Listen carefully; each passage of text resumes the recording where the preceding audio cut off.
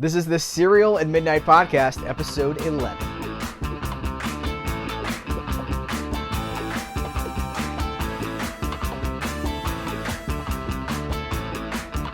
Well, howdy and welcome back to the Cereal at Midnight podcast. My name is Heath Holland. I am your host, and we are kicking off a new year with new conversations, new prospects, new possibilities. This is a really fun episode because we're talking to Bob Furmanek and Greg Kintz from the 3D Film Archive. Now, if you are a 3D aficionado, there's a lot here for you. There's scoops, there's announcements, there's a really interesting conversation about the future of 3D, both in cinema and at home, which is tied into physical media. It's tied into the industry. It's tied into film preservation. If you're not a 3D aficionado, say you don't have a 3D setup at home, this is still a great conversation for you. You know, the 3D Film Archive, they don't only restore 3D films, they also restore flat films. And we know their work, right? You know their work from Kino Lorber, from classic flicks, from the things that they're doing themselves through the Kickstarter. And I have so much admiration for these guys, and I really hope that that comes through in this conversation. I think it does. But I want to say this. So there's so much information here. We got some questions directly from the audience here. But there's a lot of information here. There's even some scoops. There's announcements here about things that are to come. There's at least one bit of breaking news in this episode. But I want to say this. If you're listening to the audio version, you know, I do two versions of the Cereal at Midnight podcast. The video version goes to YouTube, so you can watch it. And the audio version goes to wherever you get your podcasts. If you're listening to this, head over to the YouTube feed, CerealAtMidnite.com youtube.com/CerealAtMidnite. CerealAtMidnite.com should be a daily stop for you as well. And check out the video version because there's so many images. I've added over 24 images, and I'm going to go ahead and tell you, there's a full trailer in this video for something that gets announced here. So if you want to see, you know, the visuals of what we're talking about, this is a very visually rich episode of this podcast, then I don't want you to miss it. And that's where it is. It's at youtube.com/CerealAtMidnite, and you can see all the things that you're hearing in this episode. Without further ado, I'm just going to go ahead and cut to our wonderful conversation with the 3D Film Archive, Bob Furmanek and Greg Kintz. Take it away.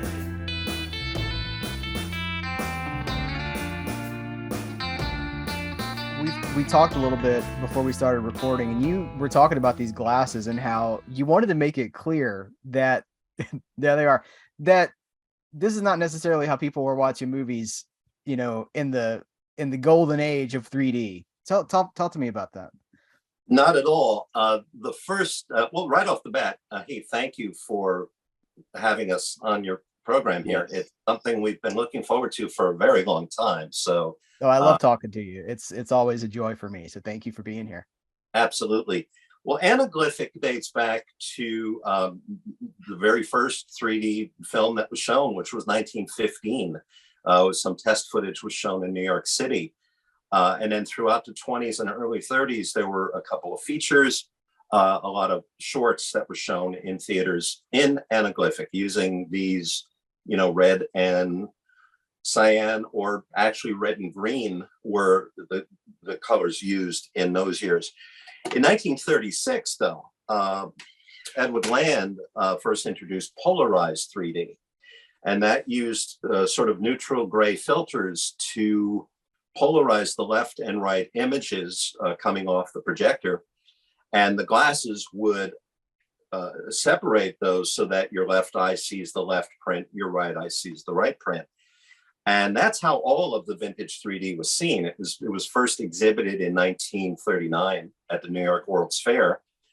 The first color polarized 3D film was 1940 at the World's Fair. And all of the Golden Age features, and there were 50 of them domestically, were all shown with polarized glasses. Now, as a contrast, here's, you know, a modern pair of, I think these are Samsung viewers. Did you steal those from the movie theater? You're not supposed to take those home. I was wondering why they were chasing me. That's a good point. But yeah, this is very similar to Real D and what they're doing today. Well, as a contrast, here are glasses that were handed out in 1952 and early 1953 for Moana Devil, the first full color domestic 3D feature. And again, neutral gray polarized glasses. Now these are, a little bit flimsy. They don't stay on all that well. I won't even try, but they were cheap and they were quickly produced. So by the summer and fall of 1953, when people were really starting to have issues with 3D movies, especially from bad presentations, they went into overdrive to develop better glasses. And this is an example of what was introduced in the fall of 1953. These are plastic frames, really very comfortable. They fit like a pair of normal sunglasses that you would wear. They even came in a nice little pouch like this to kind of keep them clean. There were also some crazy designs, and I think these are probably some of my favorites. These are the Magic Viewer 3D glasses that were introduced in late 1953. And check out that very kind of space age look to them. And they fit comfortably too. So the idea was that these left and right prints were shown on two 35 millimeter projectors, just like the one I have behind me here.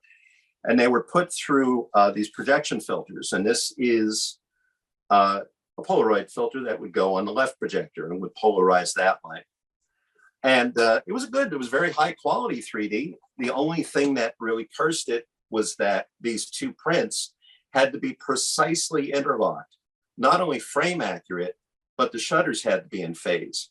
If your shutters were a little bit out of phase, then you were seeing sort of a watery image on screen, and 90 minutes of that will lead to eye strain. If they were out of sync, even by a single frame, you got a headache. And when Polaroid was trying desperately to salvage the situation in the fall of 1953, they did field testing and found that about 50% of 3D presentations around the country were being shown either out of sync or out of phase.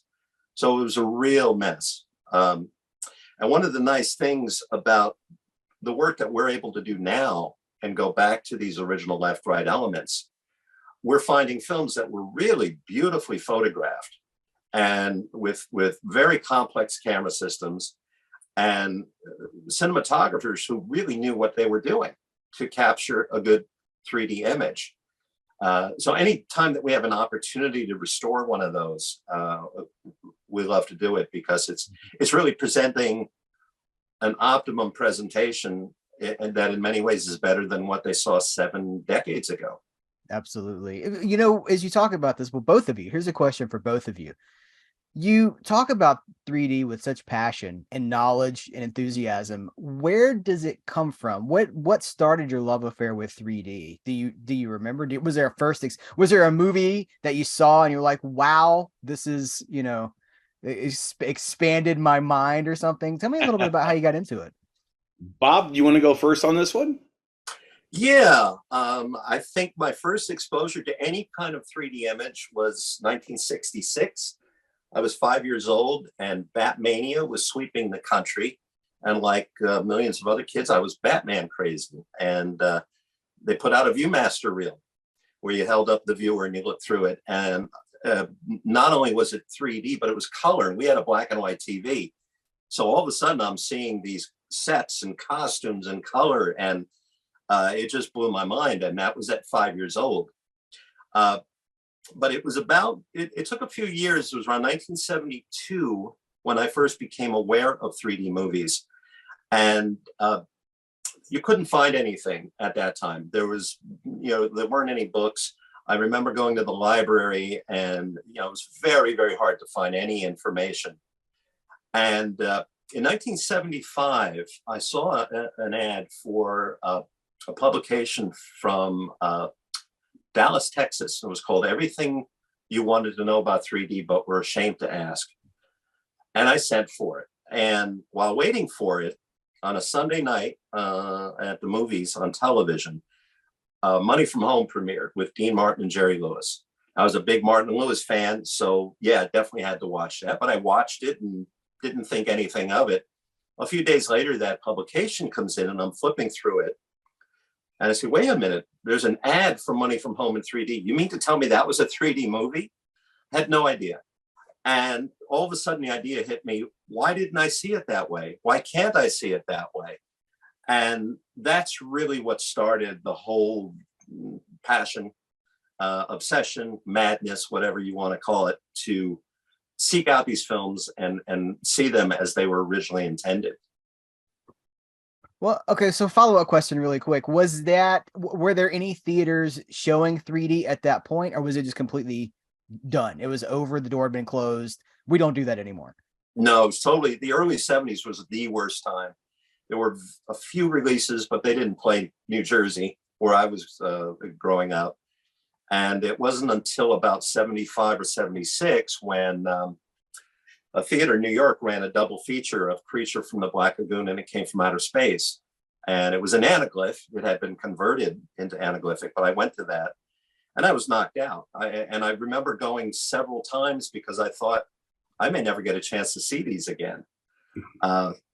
So there were some releases in the late 70s, things like Dynasty, and the big boom in the early 80s that hit with Coming At You and Friday the 13th and Jaws, things like that. I was all over those.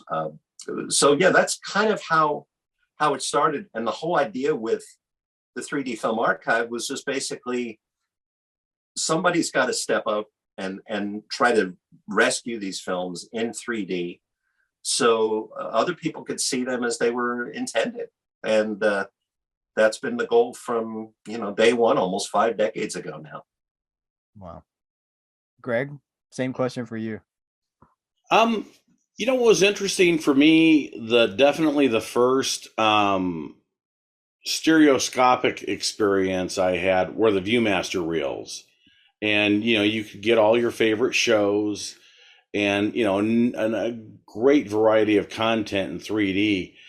And I remember the option in the mid 70s to get a Viewmaster projector, and I ended up getting one for my birthday, and I was sorely disappointed. And I wondered what was lost, and I realized the Viewmaster projectors of the mid 70s were monoscopic. You just, it shot out one eye side, and comparing the two, I quickly realized I was seeing a 3D experience with the Viewmaster, and that's part of the thing that made the Viewmaster reels so special. And in the late 70s, mirroring, much of Bob's experience, I had the chance to see It Came from Outer Space first, and then a week later, the local college was playing Creature from the Black Lagoon. And for me, what was neat was these are movies I grew up with on late night TV, because this was before, VHS and home media.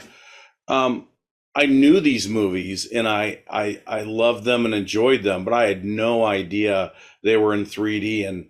And the great thing with director Jack Arnold is the way he staged things. It was the off-screen effects were a normal part of his storytelling. So if you saw the movie flat, unlike some of the 80s titles, you had no idea it was shot in 3D. And It Came from Outer Space, when that avalanche hit, I was hooked. It was a totally unique experience, and just how the theater screen became like a window. And likewise with Creature from the Black Lagoon. I was hooked, and I think it was like 2 years later the 3D wave hit, and with Coming At You, and and I saw all those titles and enjoyed those. And like Bob, he was looking at saving the actual 35 millimeter elements. I was looking at home video and going, what systems can be used to bring this home, and how can we see these at home in a proper format? And I mean, ironically, it took about 60 years, ultimately for that to happen, to see them, a Back to the Future thing, if you will, to see them as they were intended to be seen. So. Well, and you guys are staying really busy with this stuff too. I mean, it seems like there's a constant flow of, well, and access to the materials, and I know that can be a challenge in and of itself, is finding these Yes. good surviving material. How much of this stuff is lost, do you think? Bob? Well, the survival rate of the material from the 20s is pretty slim. There's very few of those survive. But beginning in the mid 1930s, it gets a lot higher. Remarkably, of the 50 domestic Golden Age features, there's only one now that is totally lost, and that's a tragedy, because it's called Top Banana, with Phil Silvers and Rose Marie, and it was a filmed version of the hit Broadway show that played around the country. It was photographed in natural vision, but by the time it was ready for release, 3D movies were kind of dying out, so United Artists sent it out flat. And the only thing that survives today is the right side. The left is completely lost. So that's tragic, but the survival rate is very good. And in fact, maybe this is a good time to tell your viewers and listeners some good news.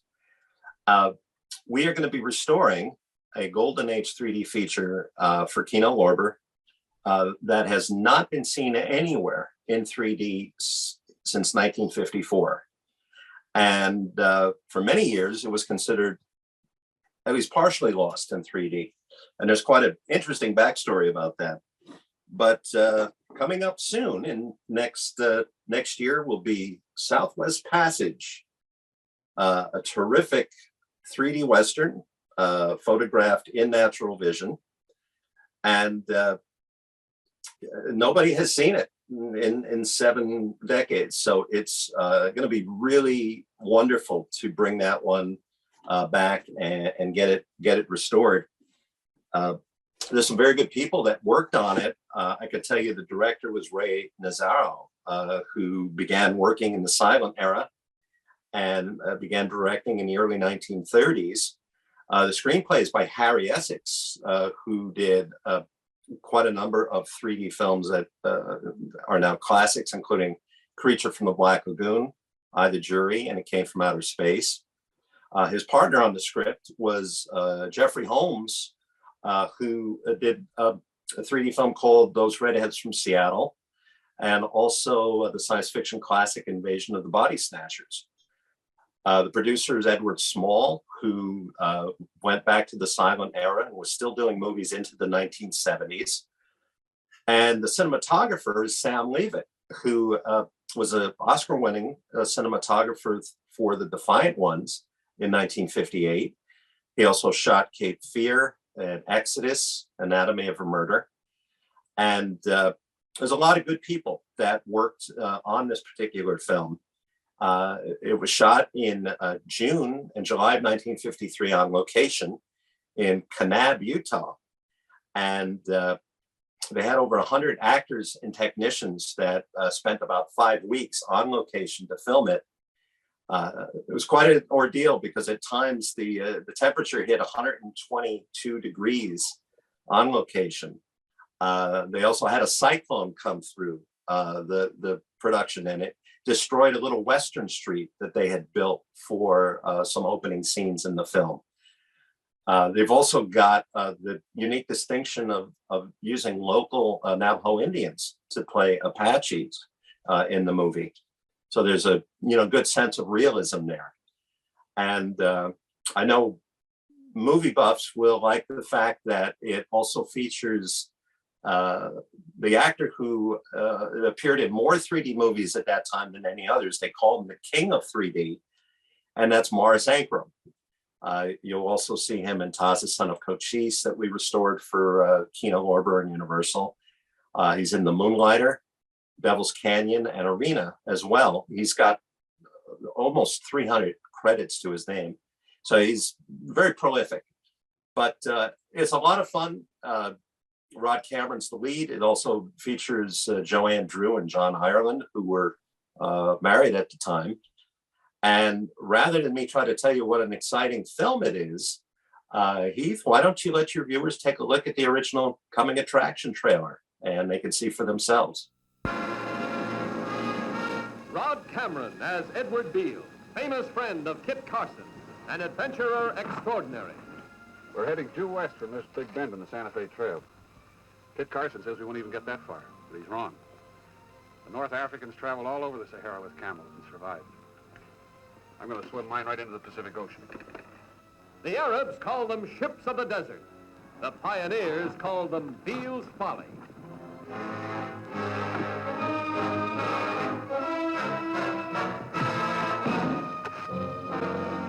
Beale's greatest exploit lives again in his thrilling and spectacular feat, driving an African camel corps across that vast, uncharted sea of sand, known as the Great American Desert.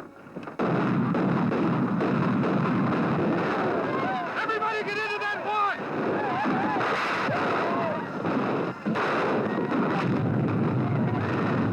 Joanne Drew and John Ireland, even greater than in Red River.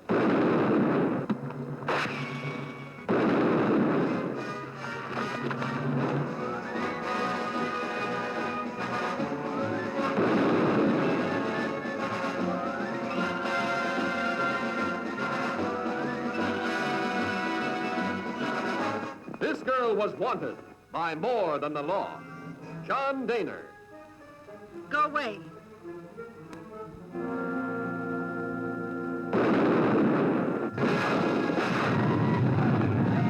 Beale's heroic battle against tremendous odds. It won him and the girl who fought beside him an unforgettable place in the history of the West.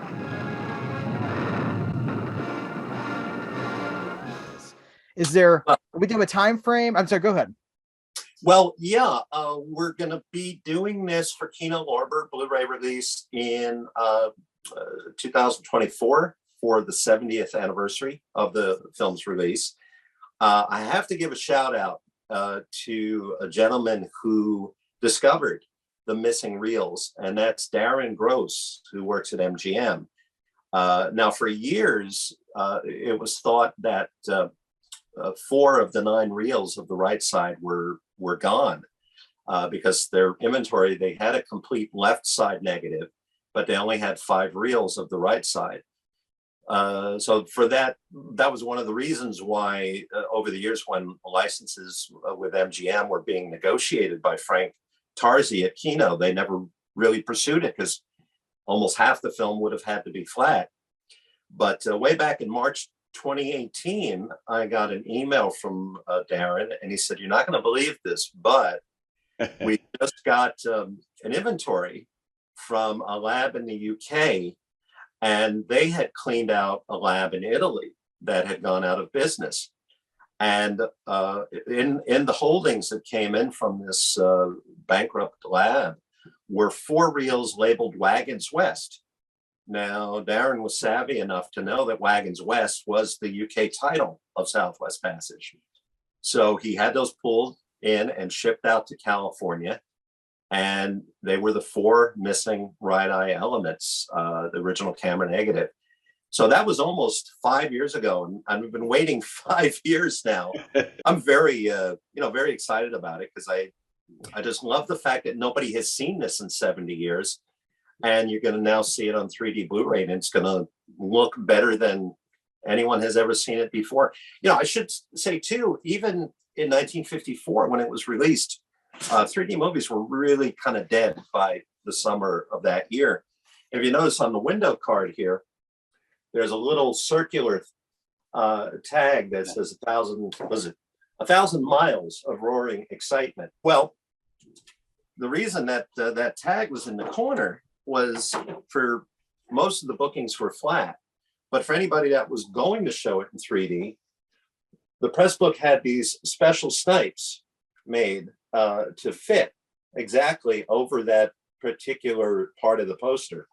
It premiered in Atlanta in 3D, played some other theaters in Georgia, Pennsylvania, including Philadelphia, which is probably the biggest, after Atlanta, the biggest city. Maybe a few others, but it was rarely seen in 3D. So in many ways, this Blu-ray is going to be kind of a premiere for that.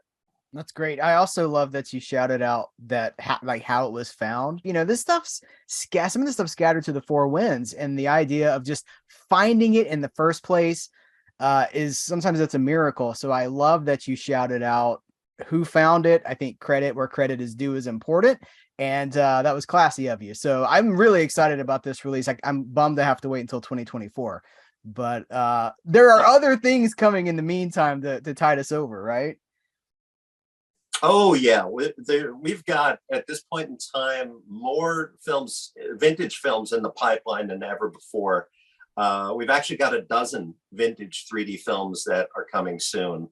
A few of them have been announced that I could share with you. Buona Devil, which was the first one that kickstarted the whole 1950s boom. We're going to be doing that one for Kino Lorber.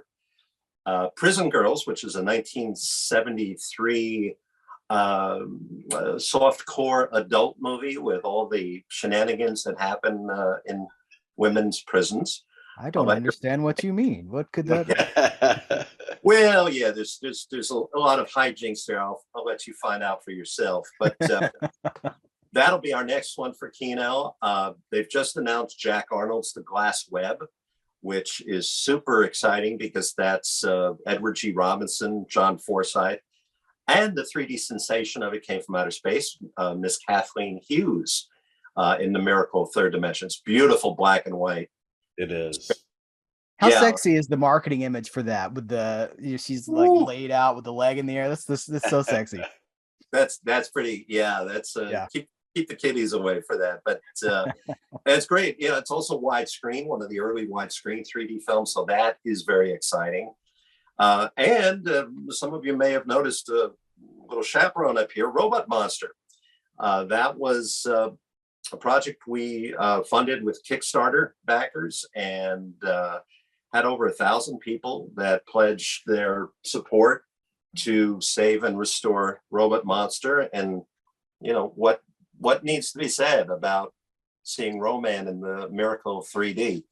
That's going to be very exciting, and that'll be coming out in spring, early summer of next year. And in addition to that group of titles, we've got another 5 in the pipeline, including one other Golden Age title, 4 Silver Age titles for the folks that are looking for something a little more modern, and one very exciting historical content kind of Golden Age project that we're going to be announcing in the very near future. So there's a lot of stuff in the pipeline, and I keep telling Greg, take his vitamins and stay healthy, because there's a lot of goodies coming in 3D on Blu-ray. Is this sort of a magic moment, or do you see this continuing? I would like to see it continue. Realistically, there is going to reach the point where we're gonna run out of titles. There's still a lot to go. Warner Brothers has 12 in their library, and that includes the RKO and MGM titles that haven't been restored. Sony has about another half dozen that they have not done. So depending on how things go with getting an opportunity to work with either Warner Brothers or Sony, it could be many more years of restorations. I'm optimistic, and I've got my fingers crossed that will happen. Is there anything that fans can do to help grease the wheels? Is there anybody that we can contact, or anybody that what can we do? What can fans do to help some of these relationships with other studios? Because Warner Brothers is very protective of properties that they own, understandably so, but you're getting stuff done. I mean, you guys are really prolific, but you turn out really good work. And is there something that we can do to help you get access to some of this stuff? Is there anything that's in the fans' control? I think one thing that has been going on that really does help, and especially in the age of people getting on their computers and let's just say finding titles, is we are very lucky that we have a dedicated core that is purchasing each and every title. I mean, they're they're putting their money where their mouth is, and that's how they're supporting.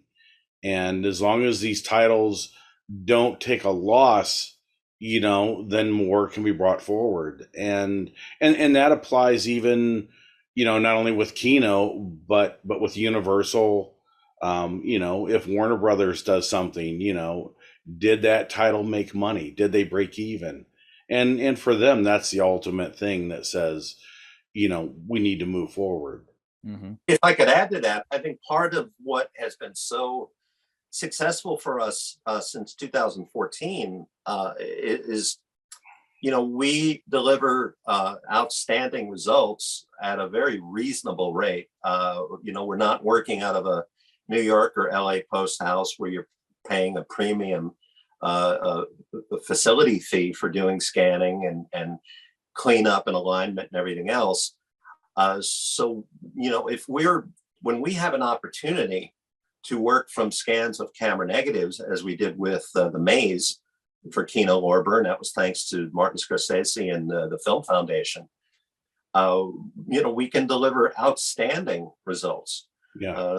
Sometimes we're a little handcuffed because of the available budgets.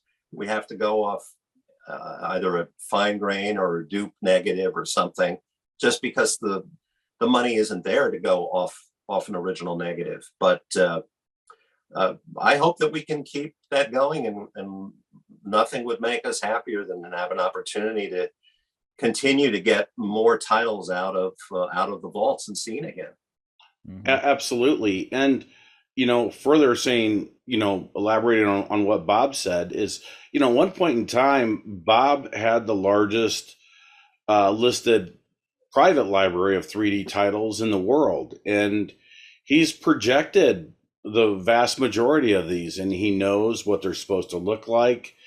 He's worked with the studios before. He knows a lot of the inventory.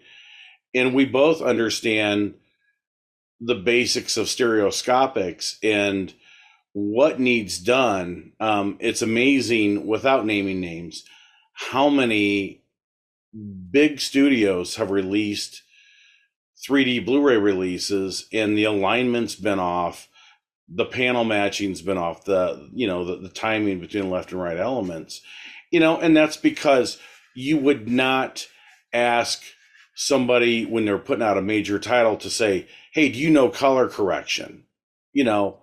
That's inviting trouble. And it's the same with doing a movie in Cinerama. Do you understand Cinerama? You just don't go, oh, I think I do. That's something where we've worked on more 3D titles, as far as assembling them for restoration on home video and digital cinema than anybody else.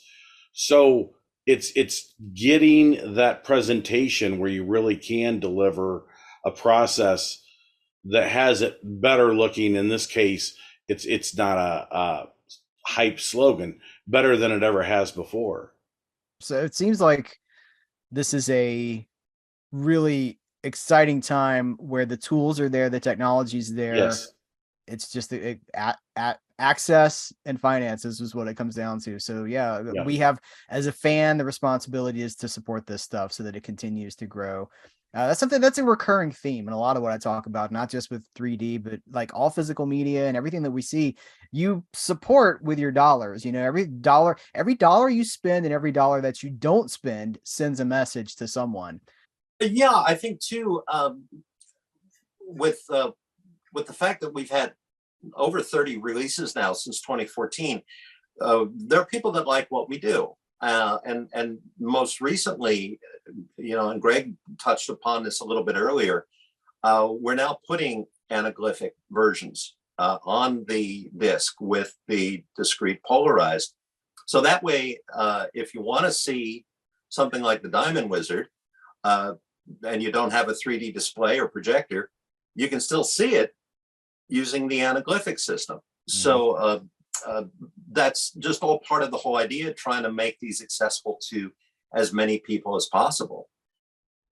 Yeah, it's great because there's no excuse not to support it at that point too. That's the other thing, is that there's something for, if you're interested in that movie, there's some way that you can watch it. If you've got the polarized, if you've got the anaglyph. However, you can support that release and you can contribute to the work that you guys are doing directly. So absolutely. And you've had a chance, Heath, to see the Diamond Wizard, yeah, on one of the newer TV displays. Anaglyphic can be very effective. It's great. I mean, honestly, it's great. It's to your point about, like, you're talking about the color gamut and all these different things, but like on a modern HD TV or a 4K TV, this Yes. stuff looks just beautiful. And your brain, like, you don't even notice any color changes or anything like that. You just get sucked into the movie and you're watching this beautiful presentation. So yeah, I personally would vouch for that. I would say that, yeah, I love that. I love that that's an option for the people that don't have a 3D setup, or it makes it accessible for everybody is what it does, because everybody's got a Blu-ray player. They should. I hope they do.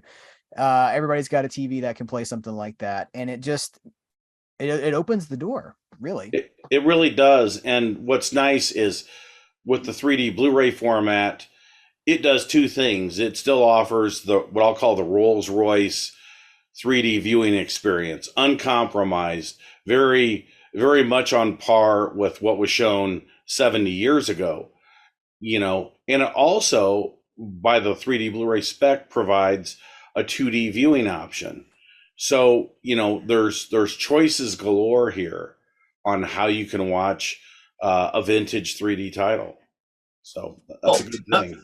Not only that, I'll just add that if you were crazy enough like I was years ago and you wanted to run 3D and you had to find the prints, you had to use something like this, and that's just one reel of 4 that you would have needed. And without any film on it, this reel is heavy. You put 50 minutes of film on there and you're lifting weights. So that's how you had to do it then. Now you just pop this in a player and hit play. It's super easy. Yeah, we got it so good. Tell us about the projector behind you. I want to know more about that. Oh, that that's a Simplex XL, which was introduced around 1950 or 51. Was considered pretty much the high end of projector systems at the time. And this is how people would have seen movies in theaters. This is a standard booth had 2 of these projectors, and the films came in roughly 20-minute reels like this. So a feature would be 4 or 5 reels, and they would change over from one machine to the next about every 15 or 20 minutes. And that's why sometimes when you see old prints or old transfers, you'll notice in the upper right corner these little circular marks. A lot of people call them cigarette burns. They're not. They're cue marks. And that meant that the operator in the booth was looking for those. So when the first set of cues hit the screen, he would start the opposing projector. With the second set of cues, he changed over, flipped the dowser open like so, and that was the real change. And every film was shown that way. For 3D, it was a lot more complicated because it involves synchronization between the two. But the quality was great, but not very practical in this day. And I have to say that a lot of the restorations that are out there now on Blu-ray, where they do a lot of cleanup and correct problems that were baked into the original elements, they look better now than the original prints looked. So it really is a wonderful time to be a film fan, and even somebody young who's just getting interested in classic film. You've got so many great releases at your fingertips. Do you want to move to some questions? We asked the audience for some questions, and we have some. Do you want to move into that? Sure. Yeah, Some I think we've answered. Yeah. With the first round, but yeah, we'll see what we can cover. Well, let's see. So Mark P was asking, the 3D Film Archive has tackled so many 3D titles in collaboration with Kino Lorber Studio Classics. Is there ever any hope that 3D Film Archive will get a shot to work on any Warner? Oh, because we talked about Warner Brothers a little bit. Is there any chance for future restorations of more Silver Age 3D titles, such as the 3D titles made by Earl Owensby? I would say, Heath, at this point, I would say never. Anything's possible, and things always change. And Bob's relentless. That's a good answer. Jesse S., what in God's name can we do to ensure that 3D capability remains on at least some display devices in the future? I think the answer to that is there are still 3D options in a number of the new 4K projection devices, and those can be had relatively cheap. VR is an option. Mike Ballou does VR on a number of classic titles all the time. That's I think his preferred viewing method. And you can buy a number of these displays cheap. Again, Facebook Marketplace, Craigslist, all at very reasonable prices. Okay, Mike K. This has been touched on a little bit, but if you want to hit it, we can hit it again. Talking about the 3D projector setup. What does the future of vintage 3D film appreciation look like to you? Are there virtual reality headset options already, or is that in the works? As just one example.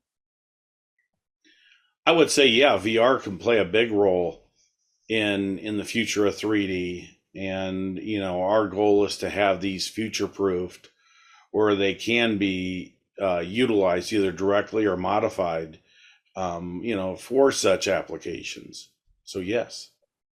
I have to just add that thanks to Greg, I don't have a VR headset setup, but last time I was visiting Greg and his family, you showed me some stuff that absolutely blew my mind, where you could put this, gear on, and what was that? It was on the Great Wall of China or something, where I thought I was standing there. Oh my goodness, yeah. And it's amazing. You talk about sub formats or various variations of formats.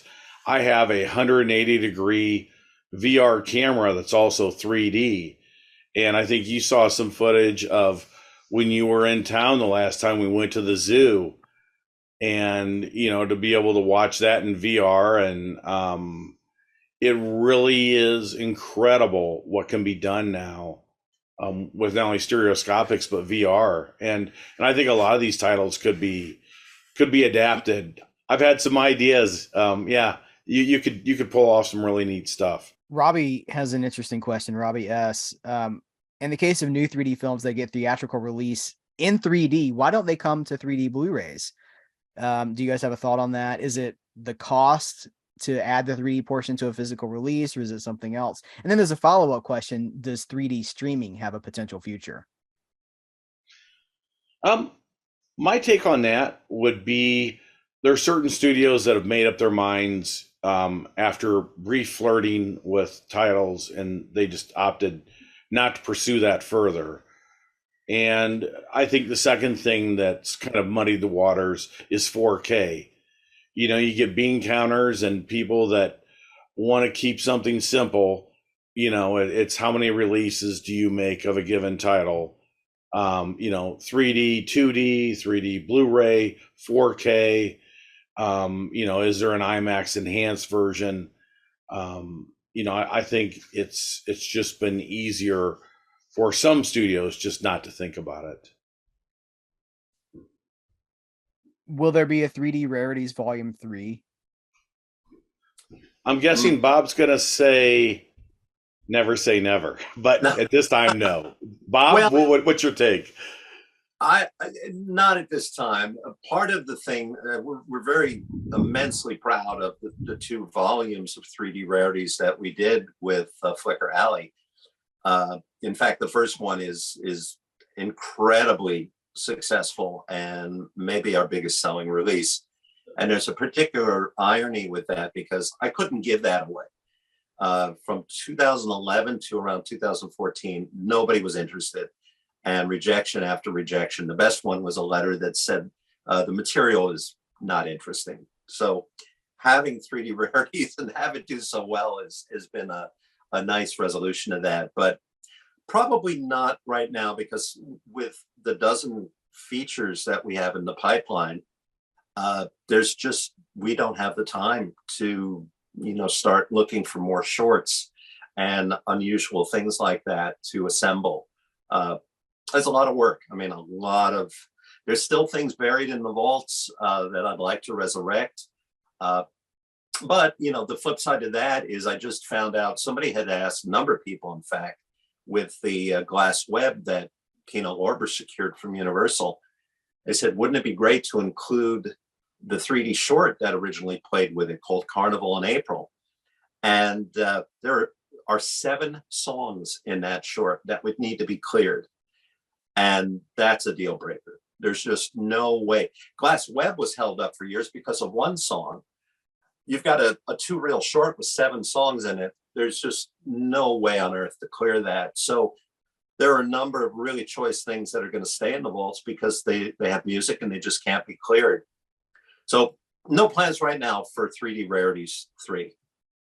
No, this is the last question, and it kind of dovetails into something we were talking about earlier, which is elements that don't exist, are finding some things. So Mike, this is Mike's last question, Mike K.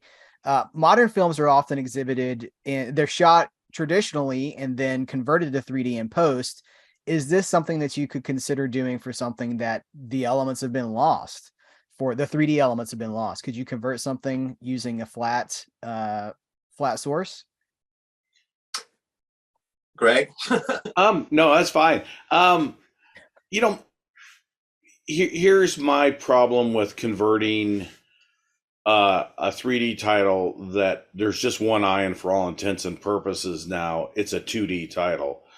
Part of 3D preservation and the uniqueness of these is the interaxial that was used, their convergence settings, in even the best conversions, and not the ones that are cracked off in a few weeks, but even if you put a great deal of time and effort like you did with, let's say, Titanic or Jurassic Park, you're still doing just a guess at what the interaxial was, the convergence, all of that. There's just no idea of how it compared to the original. And right now there's so many native titles that we can have a shot at. I think that's ultimately the most important thing to do. Would you compare it to colorizing a black and white movie? Somewhat. It's getting better. It's getting better. I wouldn't be opposed to doing some fill shots if it didn't cost so much. And again, I'm talking doing it right, where it looks indistinguishable from native. I'll just add to that, if I may, that we actually did look into it a couple of times. Actually, when I was doing 3D Rarities 2, I was thinking about, we have a short from 1922, Views of Yosemite, that played in 3D with the first 3D feature, and we've got one side of it. But a conversion starts at about $10,000 a minute. And, to do a 7-minute short, you're talking $70,000. It is just, the money's not there. Beyond the technical aspects that Greg referenced with the interocular and the things that were lost from the original photography, it's just not cost efficient. Top Banana, the lost feature, that runs 100 minutes. There's nobody on this planet that's going to put the kind of money into that to do a 3D conversion. So I don't see that happening, unfortunately. All right. Well, I want to be very respectful of your time, but before I let you go, I know that there's some things that you've worked on in the past, some of which is not even 3D, that's on the market right now. Do you want to hit some of those things? Like there's a Abbott and Costello project that's coming up. Do you want to do some hyping of some things? Well, yes, thank you for mentioning that. We've done a number of flat restorations, and a lot of people have been surprised. But I always make the point that when we restore a 3D film, we're working on the left and right eye separately initially. So we're basically restoring 2 flat films every time we do a 3D title. So jumping into a movie that was filmed flat is not all that difficult. And we've done several now with classic flicks. The first one was Africa Screams, scanned from the original 35 millimeter nitrate material, camera negative and fine grain. This was a limited edition. The Blu-ray is now sold out. It's still available on DVD, but if you don't have this one, don't hesitate. We also did, with Classic Flicks, a restoration of Abbott and Costello's first color movie, Jack and the Beanstalk, scanned from the best surviving 35 millimeter super cine-color elements. The camera negative and color separations went missing around 1959, but Jack Theakston and I worked very hard on this to scan multiple 35 millimeter materials. And Thad Komorowski did an amazing job in cleaning up all of the layers of dirt. And what a lot of people don't realize is a super cine color print, because of the really complex system of printing, is 3 generations away from camera negative. So each generation added more dirt and damage. And Thad did an amazing job cleaning all that up. There's also 2.5 hours of bonus extras on this. So even if you're not the biggest fan of the feature, you've got a lot of extra Abbott and Costello to enjoy on that. I want to add to that too, because I reviewed that here on my channel, and every piece of feedback that I've gotten for that release is people saying, I didn't know it could look this good. I had no idea this movie was so beautiful. Well, thank you. And that's really, I've really got to sing the praises, not only of Jack Theakston and Thad Komorowski, but a brilliant technician named Scott Jandro, who worked with Jack on some various fixes and using some pretty advanced technology to restore a lot of the clarity that was missing on those super cinecolor prints. We have one surviving piece of camera negative. It's only about 25 or so seconds, but we were able to get the feature to look pretty close to the camera negative. And that was Scott Jandro's brilliant digital arsenal that he had to work with. So thank you. We're really delighted to resurrect that from public domain hell and get it looking as good as it does. Yeah. And coming up next with Classic Flicks is season 2 of the Abbott and Costello show.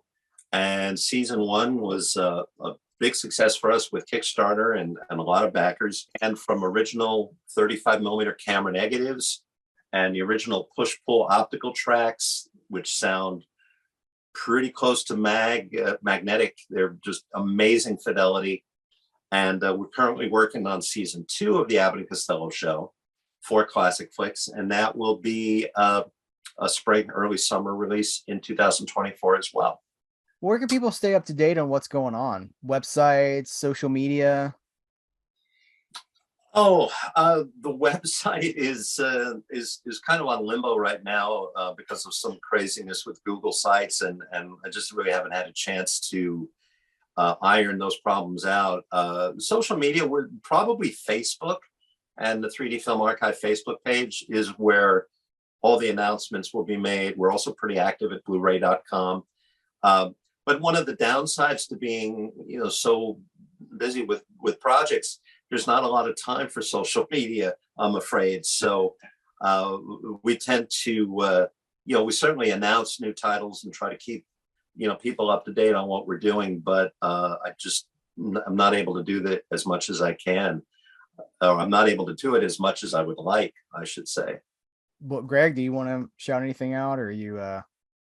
Oh, I think we covered all the bases. Well, Heath, again, thank you for giving us this opportunity to join you. We've long admired your work, and we love having a chance to, connect with people that like what we do, and appreciate you giving us this opportunity to be here and answer some questions. And there's a lot of good stuff coming ahead with Vintage 3D on Blu-ray. So we'll come back again soon and do a follow-up, I hope. Excellent. That's what I was going to say. I hope these will come back, because I am so appreciative of you guys, but also the the cinematic preservation that you're doing. You're saving things from being lost, and you're presenting it to us again. And once again, with an education, you're giving us everything that we need to enjoy these movies, and it just means so much to me. So thank you for your time. Thank you for being here, and I can't wait till we talk again. Thank you so much. Thank you.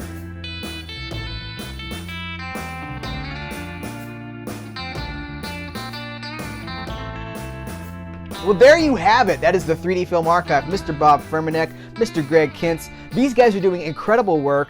They are prolific in the volume of films that they are restoring. They are able to restore more films for less money than many of their, do I even call them peers? Many of their brethren. How about that? They are doing incredible work, and they are able to go directly to the source, go directly to the fans to finance a lot of this stuff. And it's just really, it gets me excited. It gets me excited about 3D films, which I admit, as you learned from the episode probably, I'm not super versed in 3D films. 3D, in the 80s it was around, and I know it's around now, but the history of 3D, frankly, what it comes down to is my theaters didn't really show that. I have not had access to a lot of 3D stuff. So I'm working on my 3D setup at home, but I love that these guys give us options so that we can do whatever works best for us and see these movies looking cleaner and better than they ever have before. As you saw the announcement in this episode, we're getting a film that hasn't been seen in 70 years. That is very, very exciting news. So support these guys. The links are in the description of this video or this audio, however you're checking this episode out. That's your jumping off point for further action to go further. While you're doing that further action, make sure that you are subscribed to this channel or this. Again, if you're listening to it on the podcast format, subscribe to this podcast because I don't want you to miss any episodes. And that is how you engage. That is how you make sure that you're not missing anything. It also sends a direct message to the platform that you're using that Serial at Midnight is a valuable contributor, and that, algorithms, and the best way that you can support this channel or support Serial at Midnight is to engage. Thumbs ups, reviews, comments, tell people about us. Engagement is the name of the game. If you're just, if you're downloading it, I do appreciate that. I don't want you to think that I don't appreciate downloads. I absolutely do. But these companies are really, Apple, is really, these companies are looking for engagement. That's how they judge success and what to further promote. So anything that you can do to help get the word out about Serial at Midnight in podcast form. Serial at Midnight for your ears. It's a big bowl of fun for your ears. I just made that up. I don't know if that's something we're gonna. Well, is that the new slogan? Big bowl of fun for your ears. I don't know, guys. I wanna thank you for the time you spend with me here. I am really genuinely excited about 2023, about the new year, about where this channel and where this podcast is going to go. We are going to have continuing wonderful conversations with really creative, interesting people, and I want you to be here for it. Thank you so much for listening. Until next time, I will catch you later.